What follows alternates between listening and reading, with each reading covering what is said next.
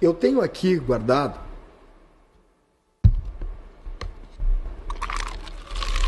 uma nota que saiu no final de 2020, onde a dívida tributária do Inter era 115 milhões de reais. 115? 115 em 20? Em 2020.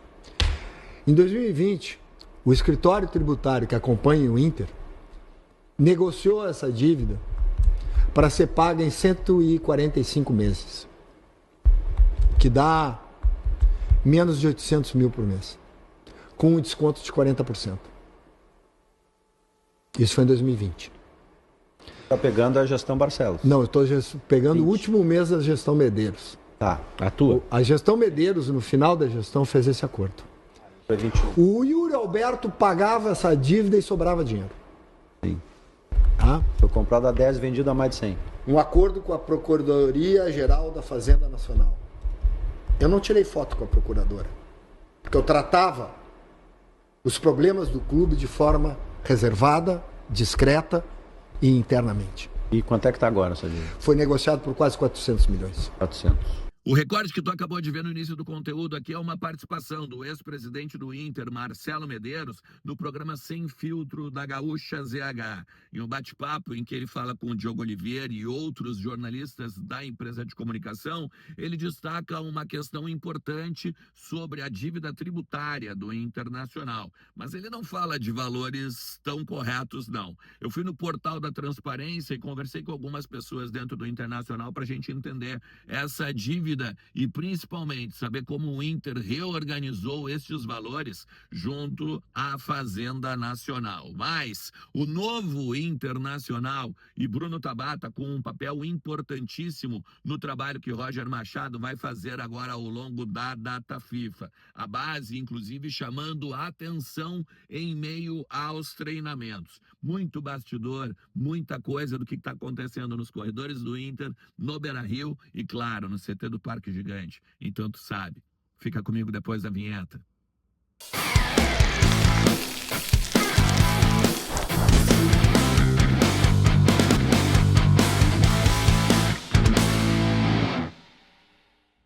Fala Colorado, fala Colorada, como é que vocês estão? Tudo certo? Tudo beleza? Bora lá, vamos falar do Internacional, atualizar as informações do nosso clube, entender um pouquinho o que está acontecendo nos bastidores do Internacional. Tô parado na estrada aqui, tô viajando para Santa Catarina, vou estar em Bombinhas, a gente vai conversar sobre isso daqui a pouquinho, tá? Nos conteúdos nas minhas redes, aí tu vai dar uma olhada, fui convidado para um hotel maravilhoso e eu tenho certeza que tu vai curtir também, vai ter desconto, vai ter um monte de coisa, tá? Então fica comigo até o final do vídeo, vai te inscrever também, segue lá no @AlexandreErnest no Instagram, porque tem muita coisa pintando nova por aqui. Cara, ó, a KTO também tá te esperando. Nesse final de semana tem chance extra, ganho aumentado, um monte de promoção, um odão da KTO. Velho, muita coisa boa. Acesse kto.bet.br no link que tá na descrição, no comentário fixado. E aí, meu, aproveita tudo que a plataforma tem para te oferecer, não te esquecendo nunca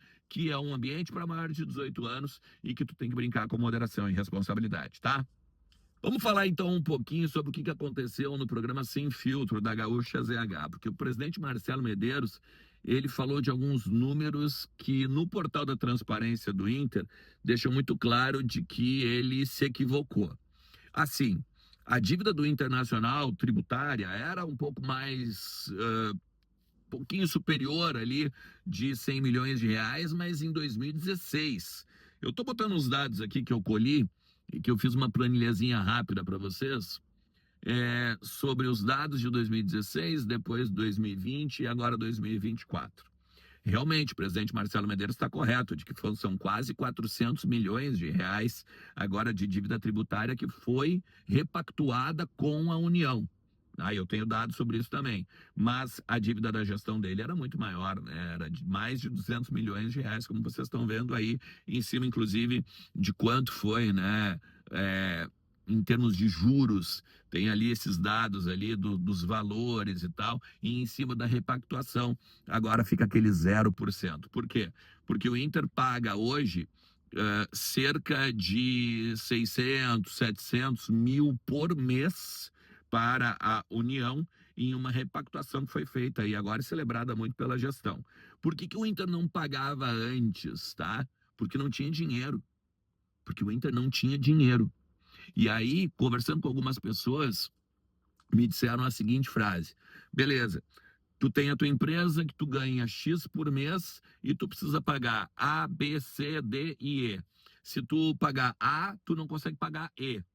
O que tu prefere? Pagar o A e deixar o E, que é um tributo para o governo, por exemplo, mas o teu funcionário, o teu departamento de futebol, os teus colaboradores estarem sempre em dia, recebendo direitinho, como deve ser aí as questões trabalhistas, ou tu prefere pegar e pagar a União? Não tem nem dúvida, né, que as empresas fazem a opção de pagar pelo seu colaborador. Então, por isso que a dívida tributária foi aumentando. Claro, isso tem que botar na conta, sim, do presidente Alessandro Barcelos, que era o vice de finanças da época do Marcelo Medeiros. Aí se ele tinha autonomia ou não, ele tem que vir no microfone para pegar e falar. Mas naquela época ele era o vice de finanças, então ele também tem uma grande parcela dessa dívida de 400 milhões aí que foi repactuada. Tá? Então aí os números, já botei na tela para vocês já estão sabendo tudo que está acontecendo, vamos dizer assim, em termos de dívidas e do que o Inter está repactuando. Se tu pegar que o Inter tem uma dívida de quase 1 bilhão, né, é uma dívida histórica, a dívida completa, 40% dessa dívida era praticamente uma dívida tributária. Na questão do novo Inter, tem muitos colegas dando informação também de que o Inter tem chamado a atenção nos treinos para os garotos da base, né? O Iago Noal ganhando oportunidade, o Luiz Otávio ganhando oportunidade, outros meninos aí que a gente pode até começar a esmiuçar o seu papel aí nesse novo modelo do Roger. Só que não existe um novo modelo. O Roger vai continuar batendo no 4-1-3-2, no 4-2-3-1 e no 4-4-2. O Roger usa esses três modelos. E por mais que tenham colegas falando que o Inter vai ser novo e tal, não tem novidade. Não tem novidade no esquema tático. Tem novidade no cara que vai ser o protagonista desse esquema. E esse cara se chama Bruno Tabata.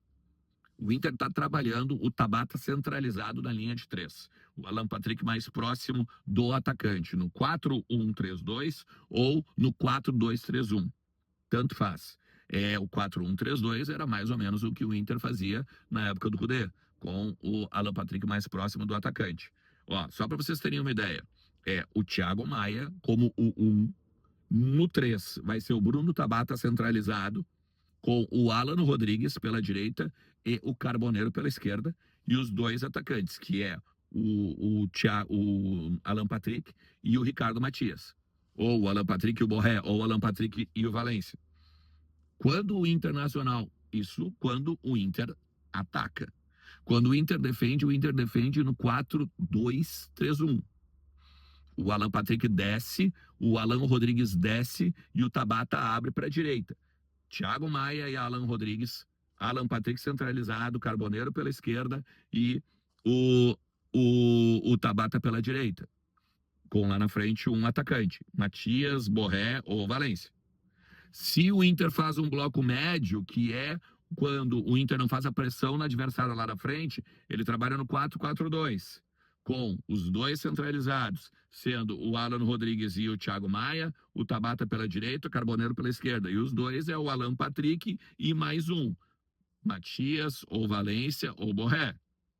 Então, assim, não tem nenhuma mudança de esquema, mas tem o protagonismo do Tabata. E o Inter já trabalha, inclusive, assim. Além do Tabata, o que ele faz? Ele bota o Vitinho no lugar do Tabata, ele bota o Prado no lugar do Tabata, ele bota o Vitinho pela direita. Quando o Alan Patrick descer, isso o Inter está trabalhando. E isso muita gente me falou a respeito agora, quando eu fui tentar entender que modelo novo é esse. O Inter não vai jogar em 3-5-2, o Inter não vai fazer mudanças doidas em cima de uma frase que eu recebi muito clara.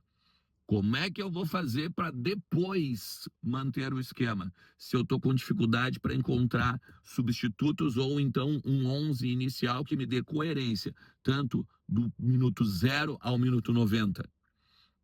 Eu estou falando com pessoas de dentro, vamos dizer assim, do vestiário, dentro do departamento de futebol. Por isso, essa frase. Pensa, não é a questão de modelo, é a questão de peças e a questão de jogadores. Se tu chegou até aqui, te agradeço demais. Não te esquece que a Arcadame está mudando o seu estoque do outono e inverno para a primavera-verão. E tem muita, mas muita promoção para tu pegar e aproveitar a melhor casa de multimarcas do estado. Arcadame, a loja do homem moderno. Calvin Klein, Enzo Milano, tem de tudo lá. Aproveita que tem desconto, óbvio, por dizer que tu veio aqui no meu canal. Tamo junto, forte abraço. Tchau.